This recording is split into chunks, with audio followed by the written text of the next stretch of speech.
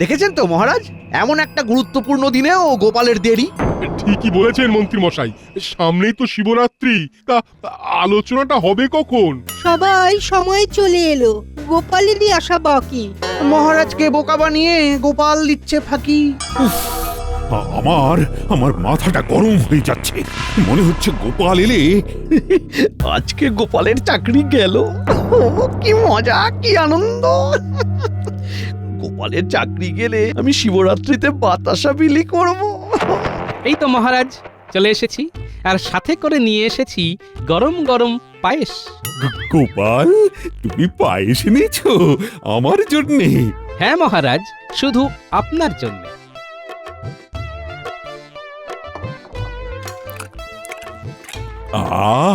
কি অপূর্ব স্বাদ, এক চামচও যাবে না বাদ। কিন্তু মহারাজ, গোপাল যে দেরি করে এলো।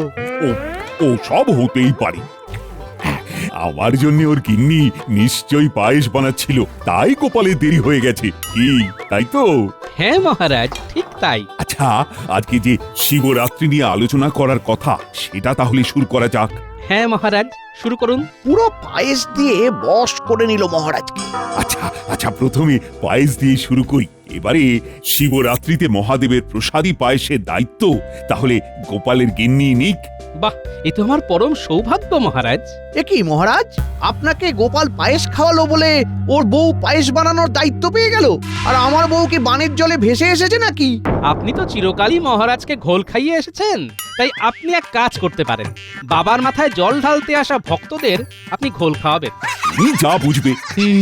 যাই হোক, এবার পুজো সামলানোর সব দায়িত্ব গোপালের। গোপাল, তুমি বলো, তুমি তোমার দলের সঙ্গী হিসেবে কাদের নিতে চাও? মহারাজ, আমি এই কাজের জন্য যদি বেছে নিই কাউকে, তাহলে আমি সেনাপতি, সভাকবি আর বিজ্ঞানীকেই দলের সঙ্গী করে নেব। আর কাউকে নেবে না? না মহারাজ, আর কাউকে লাগবে না। ঠিক আছে, তাহলে তোমরা পুজোর সমস্ত কেনাকাটা করবে, দোকানে বায়না দেওয়া সব বুঝে শুনে করবে কিন্তু। তাহলে মহারাজ, আমি কি করব? তোমার তো দল ভারী, তুমি বরং এক কাজ করো, তোমার দলে সবাই মিলে ভাগে ভাগে আমাদের মন্দির পরিষ্কারের কাজে লেগে পড়ো। এ কি, মন্দিরের সামনে তো অনেক দিন ধরে অনেক আগাছাও জমে আছে। হ্যাঁ, বাইরে ভেতরে সব পরিষ্কার করবে। আর তো কদিন বাকি, পরের সপ্তাহেই পুজো। কাজে লেগে পড়ুন মন্ত্রী মশাই, তার উপরে আপনি আবার জনগণকে ঘোল খাওয়াবেন।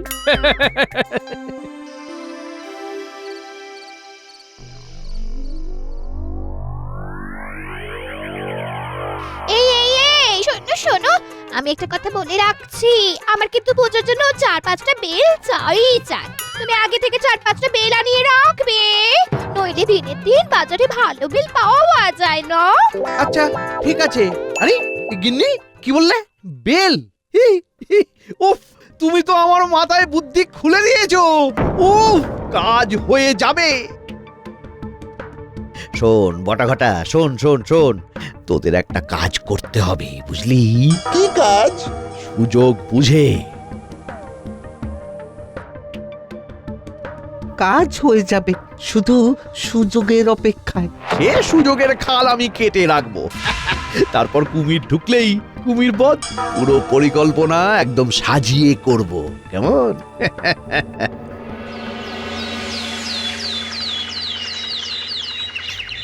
শোনো, অনেক জিনিসপত্র আছে, তাই একদিনে সব কাজ হবে না। আমি দশকর্মার দোকানে যাব। আমি মুদিখানা। আমি চালের দোকানে যাব। আমি তাহলে ওই মিষ্টির দোকানে বলে দিয়ে আসি। হ্যাঁ চলো, যাত্রা শুরু হোক। জয় মহাদেব।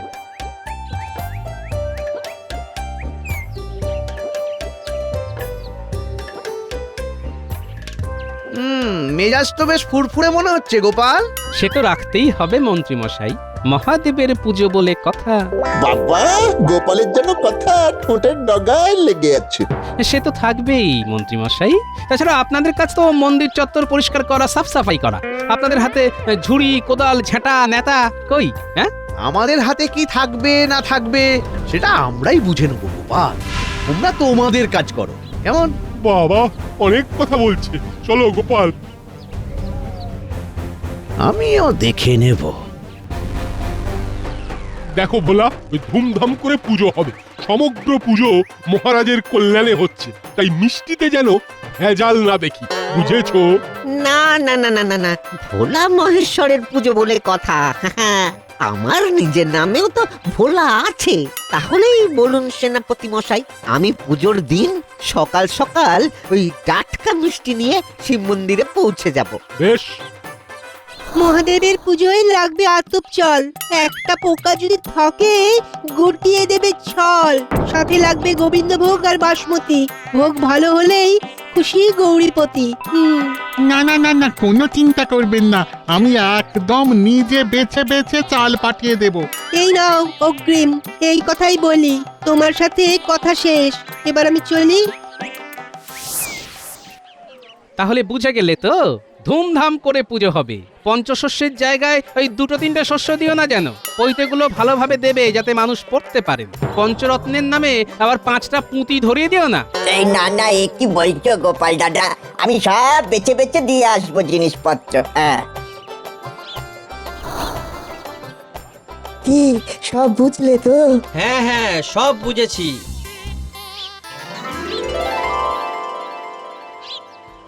মহারাজ, আপাতত 4টে জায়গায় কাজ হয়েছে, এখন অনেক বাকি আছে। কালকে যদি কিছু অর্থের প্রয়োজন হয় তাহলে আপনার কাছ থেকে চেয়ে নেব।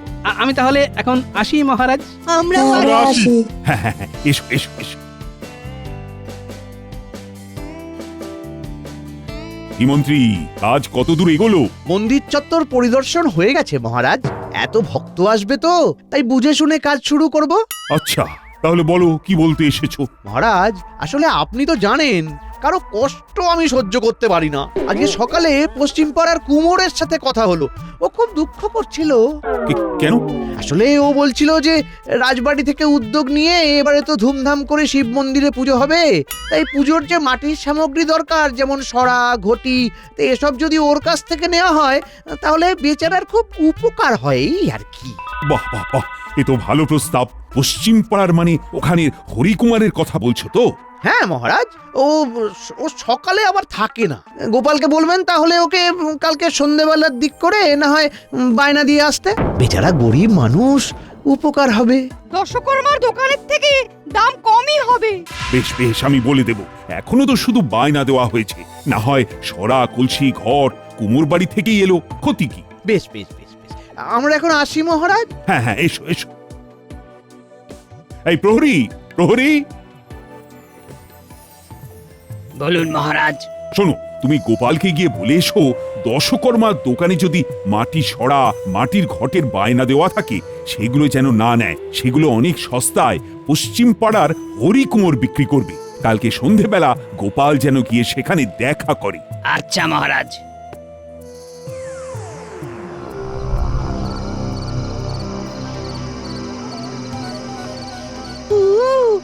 আচ্ছা, ঘটা একবার কোকিল ডাকলো, তার মানে গোপাল আসছে।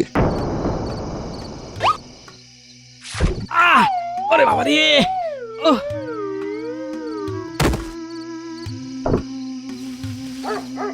ওরে বাবা, কুকুর! পালা পালা বটা পালা! চাচা, আপন প্রাণ বাঁচা। সাব্বাস! তোরা তো আমার চিতা রে, চিতা। কিন্তু তুই খালি পায়ে কেন এলি বটা? আর বলবেন না, আপনার এই চিতাকে কুকুরে তাড়া করেছিল। বেশ বেশ বেশ বেশ বেশ, এবার আমাদের পথ ফাঁকা। গোপাল মোটামুটি বেশ কিছুদিনের জন্য শান্ত। হ্যাঁ, আমি বরং কালকে সকালে গিয়ে জুতো জোড়া নিয়ে আসবো। এখন যদি গোপালের জ্ঞান ফেরে তাহলে দেখে নেবে।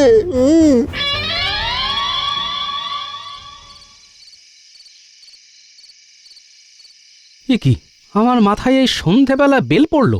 আরে, এ তো কাঁচা বেল, এ তো এমনি পড়বে না। তাহলে কি কারো ষড়যন্ত্র? আশেপাশে দেখি তো।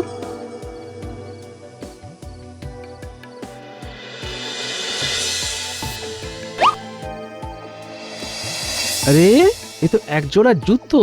তার মানে যে আমার মাথায় বেল ফেলেছে এটা তারই জুতো। বেটা জুতো খুঁজতে তো আসবেই, আজকে না আসুক কালকে আসবেই। যাই, গিন্নির কাছে গিয়ে মাথায় ঠান্ডা জল দিই।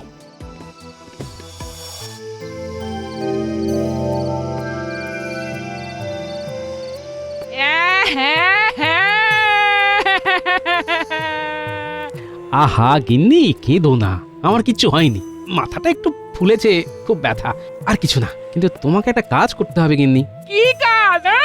তোমাকে পুরো রাজ্যে রুটিয়ে দিতে হবে যে আমার মাথা কাজ করছে না, বুঝলে? আচ্ছা। তারপরে আমি বুঝে নেব।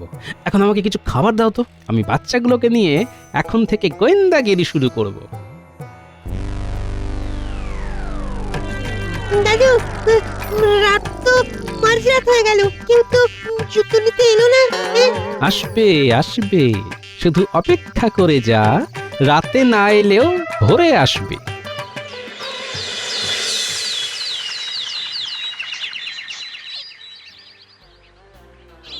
আরে এখানেই তো আমার জুতো জোড়া ফেলে রেখেছিলাম, কোথায় গেল? দাদু বটা। তোরা তৈরি হ, আমি যাচ্ছি সামনে। এই যে বটা সোনা, এখানে কি খুঁজছো? কিছু না। ভোরবেলায় এই গাছের গোড়ায় কি গুপ্তধন খুঁজছিস? সত্যি করে বল। তোমাকে বলতে যাব কেন? বলবি না? এই যে সেনাবাহিনী, তোমরা সবাই প্রস্তুত তো? একদম দাদু। দেখছিস তো আমার সেনাবাহিনী গুলতি নিয়ে তাক করে আছে, না বললে তোকে উড়িয়ে দেবে। আসলে আমার জুতো জুতো। এটাই কি তোর জুতো? হ্যাঁ এই তো। তাহলে তুই আমার মাথায়? আমি নিজে থেকে করিনি, মন্ত্রী মশাই চক্রান্ত করেছিল তোমাকে মারার জন্য, তাই। যাও সেনাপতি, একে গুম করে দাও। আমাকে মারবেন না। চল চল বলছি, চল বেটা চল। দোষ করলে সবাই, আর শাস্তি পাচ্ছি আমি। সবাই শাস্তি পাবে। আমি তাহলে একে রেখে আবার আসছি। হ্যাঁ, সবাই লুকিয়ে পড়ো।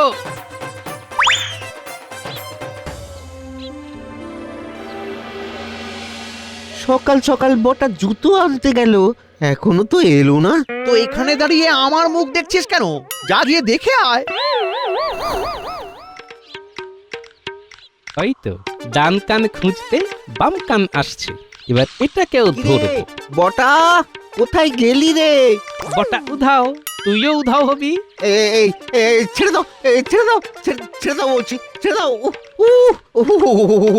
এখন শুধু অভিনয় শুরু হবে। বিজ্ঞানী কবি সেনাপতিকেও আমার পরিকল্পনাটা বলে রাখবো।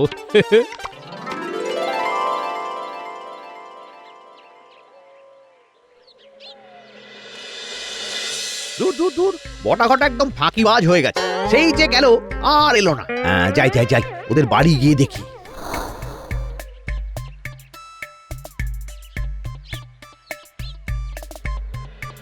কি বাড়ি তো ফাঁকা, তাহলে কি?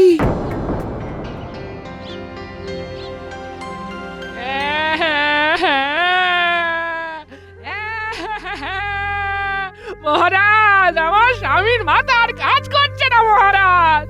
কালকে ওর মাথায় বেল পড়ার পর থেকে আর ঠিকভাবে কথা বলছে না, উল্টো পাল্টা বলছে। সে কি? বেল পাকলে গোপালের কি? এই সেরেছে। ও গোপাল, তোমার এই কি হলো? বেল পাকলে গোপালের কি? মহারাজ, গোপাল তো ভারসাম্য হারিয়ে ফেলেছে বলে মনে হচ্ছে, ওর বিশ্রাম চাই। ও মহারাজ, এই অবস্থায় আমরা আর কাজ করতে পারবো না। গোপাল দায়িত্ব নিয়েছিল, তাই ছিলাম। তাতে কোনো চিন্তা নেই। তুমি এখন এসো গোপাল বউ, আমি দেখছি কি করা যায়। খাবে নাকি শরবত? ও বউ, বউ টুকি। গোপাল আর গোপাল নেই, উফ, এতদিনে রক্ষে। কি আর করা যাবে মন্ত্রী, তুমি বরং দায়িত্ব নাও, পুজো তো এগিয়ে এলো। ধন্যবাদ মহারাজ, ধন্যবাদ। আপনি আমাকে কিছু অর্থ দিয়ে রাখবেন। হ্যাঁ, আমি দেখবেন কেমন সাজিয়ে পুজো অনুষ্ঠিত করব। বেল পাকলে গোপালের কি?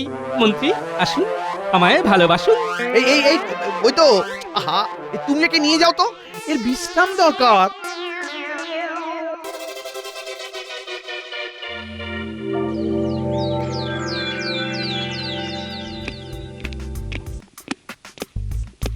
এ কি মন্ত্রী, তোমার দলের লোকজন কই? সবাই কাজ শুরু করেছো তো? আমি তো বুঝতে পারছি না কিছু মহারাজ। প্রহরী, প্রহরী। বলুন মহারাজ। বাকি সভাসদদের নিয়ে এসো, আমার জানা দরকার পুজোর কাজ কত দূর তারা এগোচ্ছে। মহারাজ, আমার মনে হয় বাকিদের খুঁজে লাভ নেই, বাইরের গুঞ্জন শুনছিলাম পণ্ডিত বৈদ্য জ্যোতিষীকে নাকি কেউ বা কারা অপহরণ করেছে। সে কি? ও মহারাজ, আরে এবার কি হবে? আমি এত দায়িত্ব কি করে সামলাবো? আহা, বটা ঘটাকেও তো আমি দেখতে পাচ্ছি না। হ্যাঁ, বটা ঘটাকেও তো দেখতে পাওয়া যাচ্ছে না। তাহলে কি তাদেরকেও? এবার আমার কি হবে? সেনাপতি, তুমি এক্ষুনি মন্ত্রীকে নিয়ে ওদের খুঁজতে থাকো। আচ্ছা মহারাজ। বেল পাকলে গোপালের কি?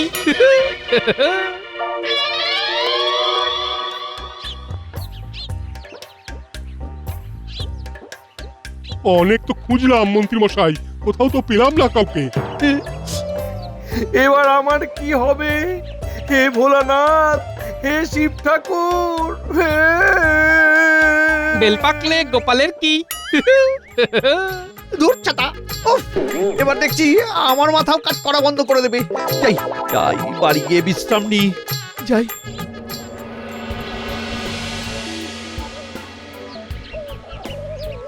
এ কি গিন্নি, এ কোথায় গেলে গিন্নি? গিন্নি সাড়া দিচ্ছে না কেন? তাহলে কি এবার আমার বউটাকেও তুলে নিয়ে গেল?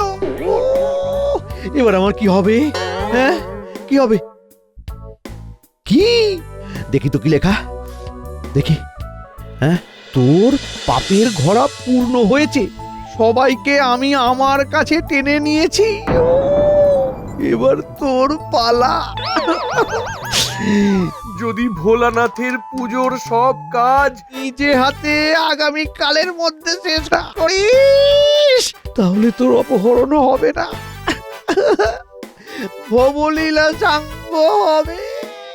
ওরে বাবা! ইতি ভগবানের সন্তান, ওরে ওরে, আমার কি হবে?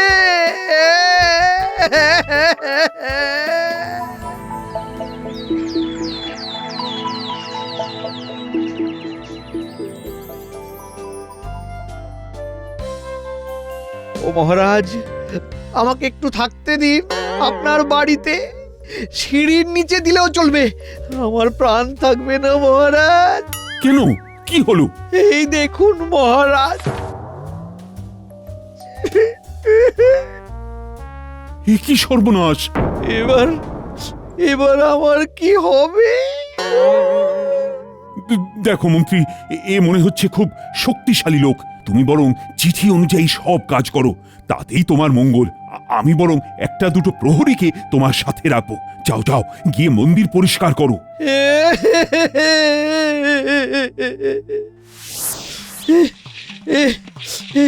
হে মহাদেব, আমার পাপের ফল ভোগ করছি। হে! পাপের ফল মানে কি পাপ? না না, কিছু না, কিছু না। এবার মন্দিরের সামনেটা ভালো করে ভেজা কাপড় দিয়ে মুছে ফেলুন। করছি করছি। ওরে বাবারে, আরে তোমরাও তো একটু হাত লাগাতে পারো নাকি? ওটা তো আমাদের দায়িত্ব নয়, আপনাকেই করতে হবে, নইলে যে ভগবানের সন্তান আপনাকেও তুলে নেবে। বাহ বাহ বাহ, ভালোই হচ্ছে। এই তো মন্ত্রী, মন দিয়ে কাজ করছো। কিন্তু আমার যে সবাই চলে গেল মহারাজ, বউটাও চলে গেল। যাই হোক, এরপরে বাজারে যাবে, মন্দিরের সামনেটা যারা সাজাবে তাদের কাছে বায়না দিয়ে আসবে।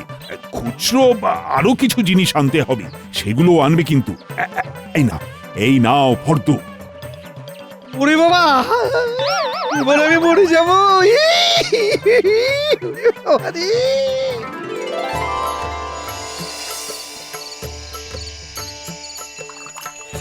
জয় শিব শম্ভু, জয় শিব শম্ভু। বাবা রক্ষা করো, সকলের কল্যাণ করো। জয় মহাদেব! সবার কল্যাণ করো বাবা, সবার কল্যাণ করো। আজকে সবার বউ মেয়ে বাবার মাথায় জল ঢালছে, শুধু আমার গিন্নি এলো না গো। কে চুরি করে নিল? কে কে? তুমি তো আমার পতি পরমেশ্বর, তাই আমি তোমার মাথায় জল ঢাললাম। এ কি এ কি তুমি ফিরে এলে? কোথায় কোথায় ছিলে? কোথায় ছিলে তুমি? হ্যাঁ, কোথায়? আমরা সবাই ফিরে এসেছি। গোপাল আমাদের ধরে নিয়ে গিয়েছিল, আবার আজকে এই শুভ দিনে ফেরত পাঠিয়ে দিল। হ্যাঁ, বেল ফাটলে গোপালের কি? কি মন্ত্রী মশাই, কেমন মজা দেখালাম। সব কাজ একা একা করতে হলো তো। তাহলে তাহলে গোপাল তুমি তুমি সুস্থ? 100%। আর সব ব্যাপারটা মহারাজ জানেন। নয়, হ্যাঁ, আপনি যে আমাকে মারার ষড়যন্ত্র করেছিলেন সেটা বুঝতে পেরেই আমি এই ফাঁদ পাতি আর আপনার নাকে দড়ি দিয়ে কাজ করাই। মন্ত্রী চলে ডালে ডালে আর গোপাল চলে পাতায় পাতায়। গোপাল! বেল পাকলে গোপালের কি?